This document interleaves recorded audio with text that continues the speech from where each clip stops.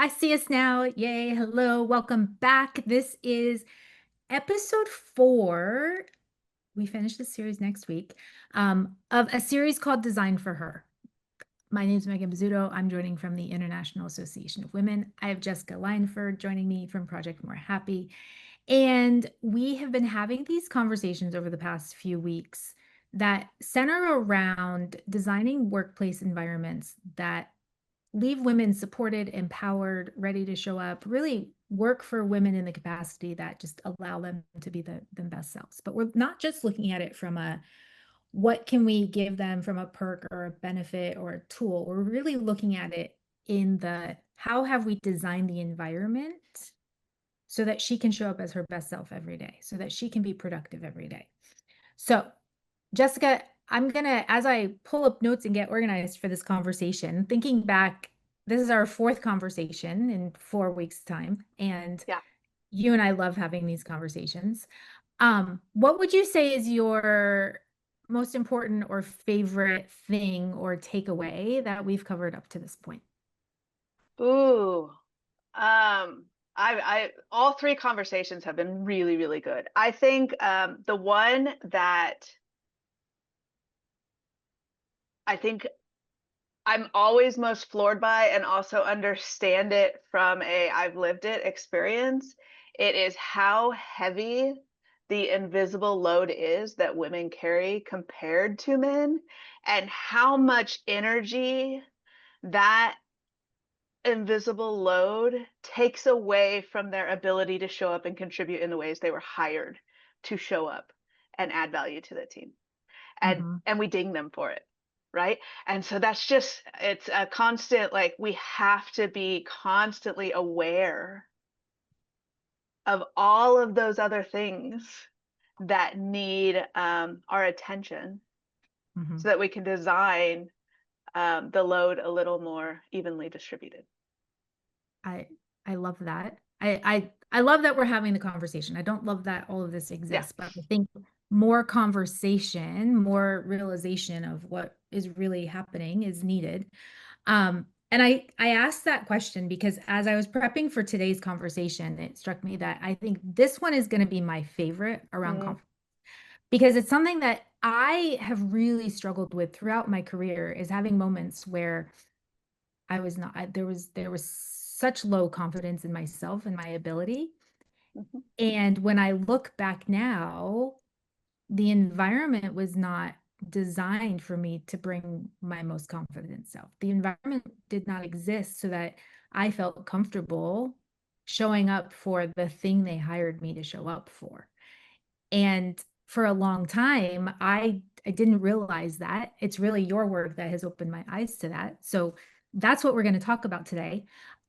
Quick little welcome if you're joining us on the Talent Ally LinkedIn. Hello. Say hello in the chat. Let us know you're here. Let us know if you have questions or if you have experience that we can help unpack here in this conversation. The comments on LinkedIn are open, so drop anything in at any time.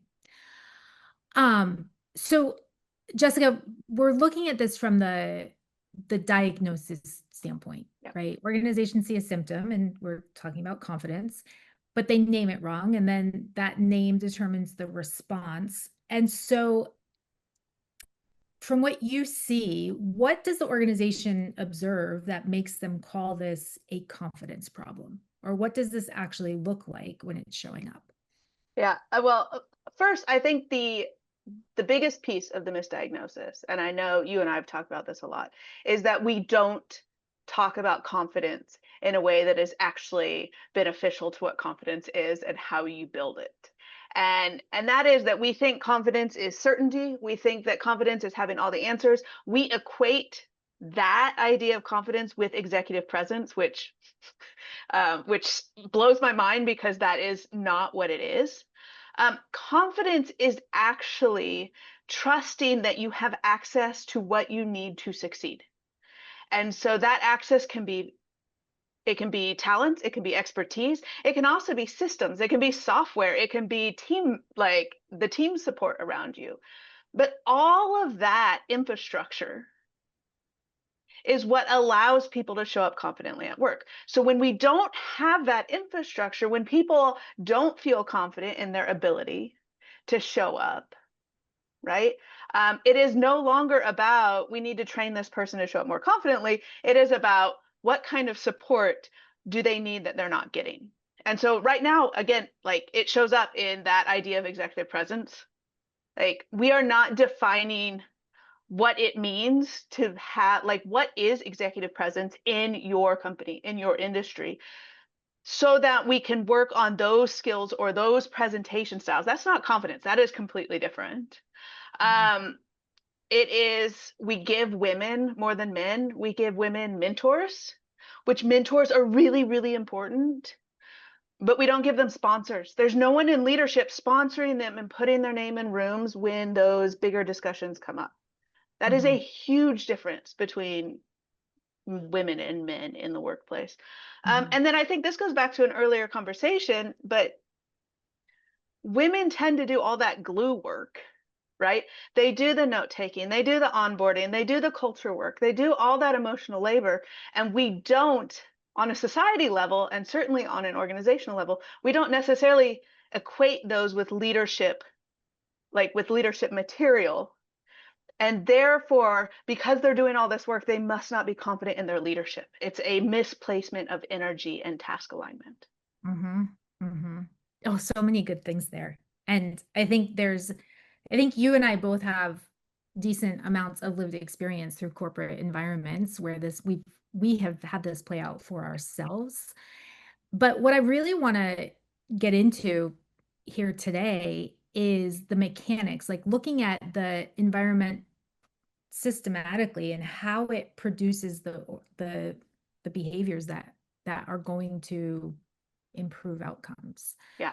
So when first let's talk about like the what an environment that erodes confidence actually looks like day to day.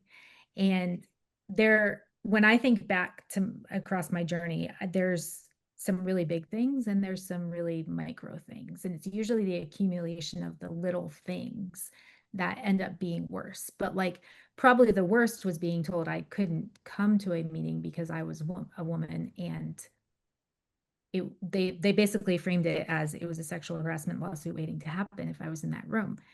And talk about like eroding my confidence. I'm like, well, Yeah.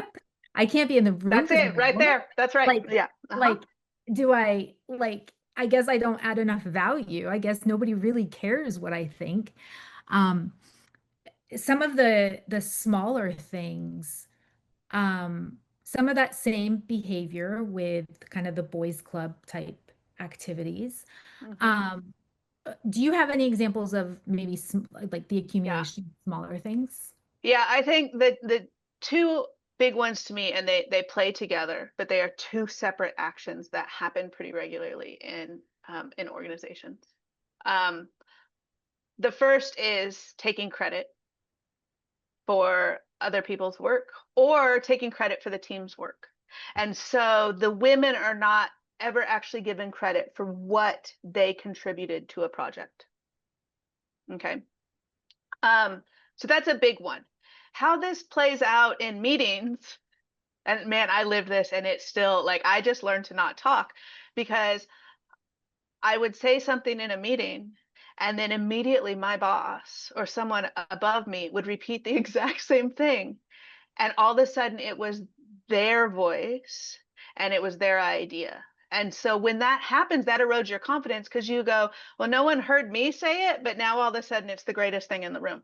And it is such this, it is a microaggression, but it is such this small moment that women live day in and day out in workplaces where men might not even realize they're doing it, but this idea that having to repeat a woman's work or what a woman says and the value that they're adding to a conversation, having to repeat it for it to matter, kills confidence real quick. Hmm. Hmm.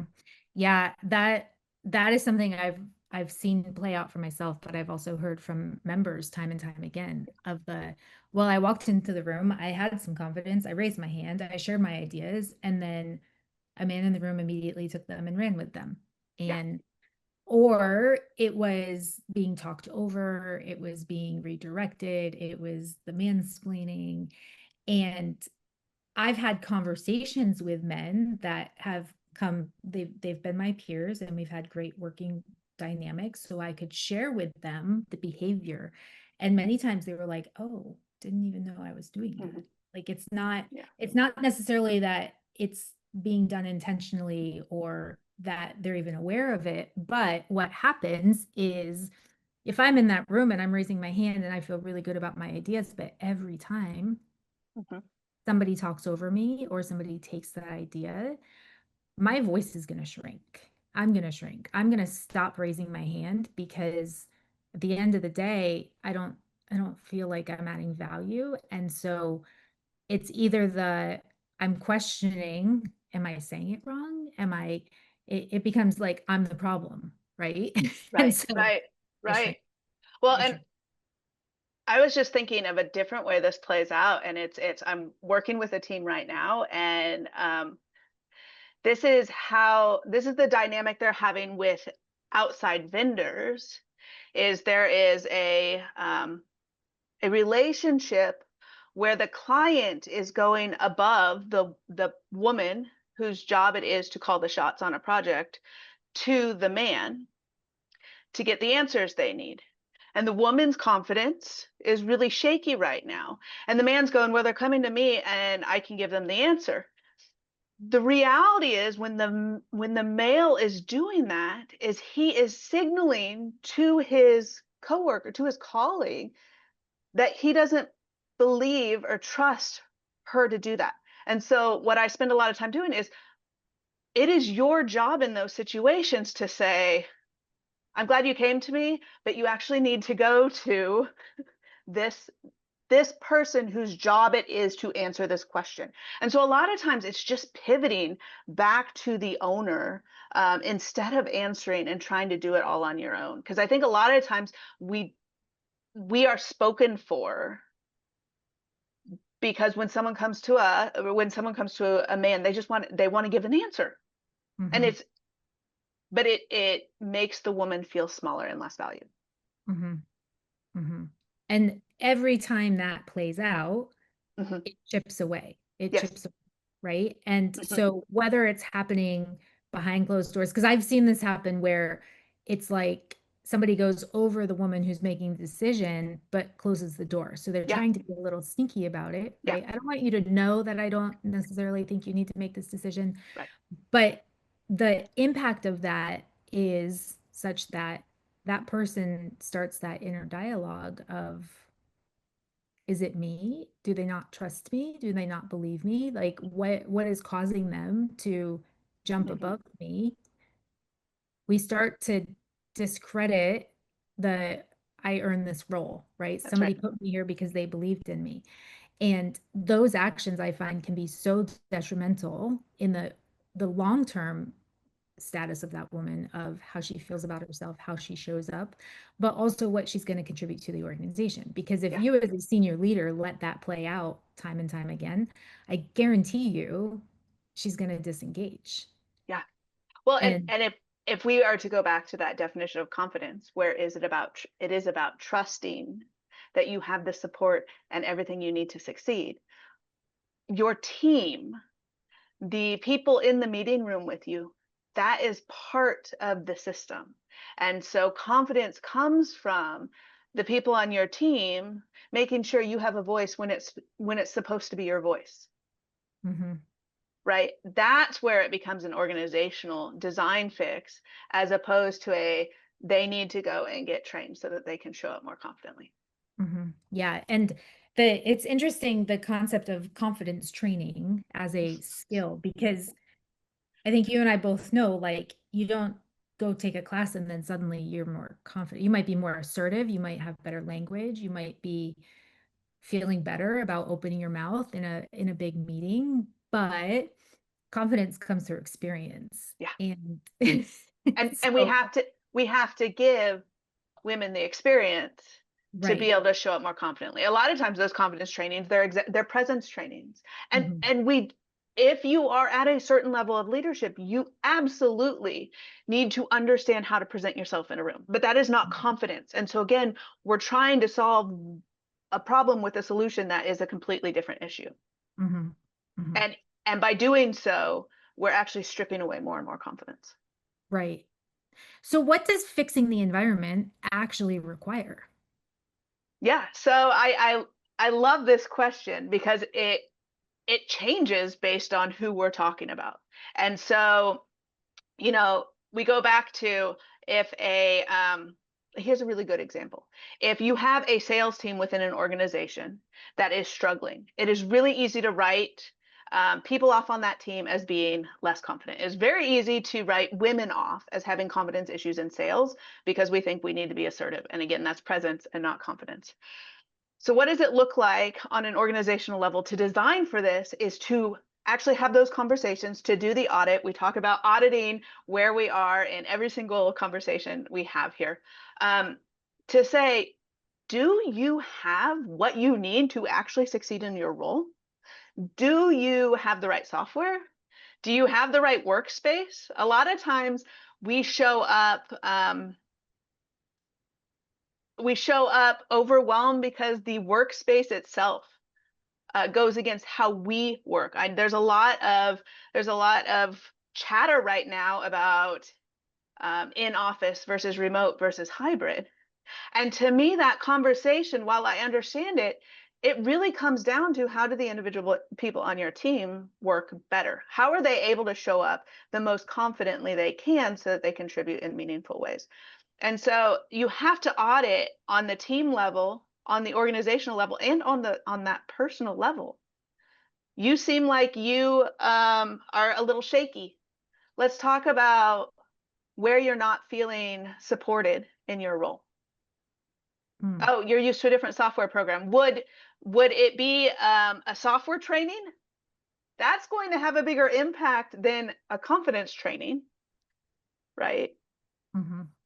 And so it's this just idea of understanding it's not the person we're trying to fix. It's the support structures around the people and teams that need to be fixed. Yeah, and this is something I find this all fascinating because there's a when you become a people manager, it's typically like if you're moving from being an individual contributor to a people manager, that is a very hard leap to make because suddenly you you have to be more aware of how people are showing up and what each individual person thrives on versus just one team output. And nobody's work style is the same. So there's a lot to balance there.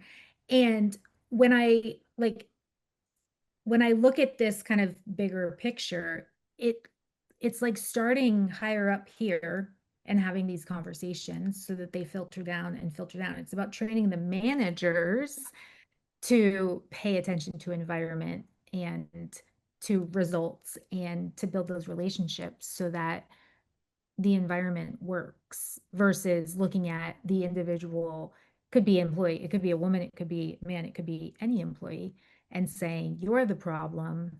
Maybe we're the problem. Yeah. Maybe it's not you. Well, and I think too, it goes to one, we don't have training a lot of times when we are promoted up to that next level. And then there's this tension with even what is the role at that level. So I think in most organizations, a manager um, is tied to output. It is tied to tasks. It is tied to um, the end result that is supposed to happen on the team, right? You are managing a project or you are managing the work. What a manager is actually needing to manage are the people who are responsible for that work. A manager role is a relationship role. It is a conversation role. It is about setting up the different people on your team to succeed because when everyone on your team is set up that way, then the output is going to be what you need the output to be. But if you're managing the work or the output, as opposed to really trying to manage the relationships and the people, that's where a lot of these issues come up. Hmm. But Hmm. that's a skill set that we need training on because a lot of times we promote people who are really good at the job, not necessarily people who are really good at understanding people and relationship. Hmm. So in your work, have you seen an organization actually get this right? Um, yes, I think it generally, I won't say it's easier. It's more noticeable to see it working right in smaller organizations. When you start having, huge companies with thousands of people, you can see glimpses of where teams are getting it right. And I don't want to sound biased. Um, the teams that I have been on that have gotten it right are almost always led by women. And I say that because um, women tend to put more emphasis and focus on the relationships. They understand it's a people job more than an output job, just because of culturally how it's designed. Women tend to check in on their team more frequently. Women tend to, whether or not leadership always listens, women tend to voice up what their team needs, not necessarily what they need, which is a Mhm. different thing, but what their team needs. Women tend to be really good advocates in that. Um, Mhm. and psychological safety, which we know is a huge driver in how people show up, psychological safety tends to be higher on teams that are led by, I won't just say women, people with traits that tend to be clumped as more feminine traits. Mhm. Mhm. And so the teams that really get it well are the teams that know how to communicate together and know how to lean on one another and know how to um, talk things out instead of resenting one another.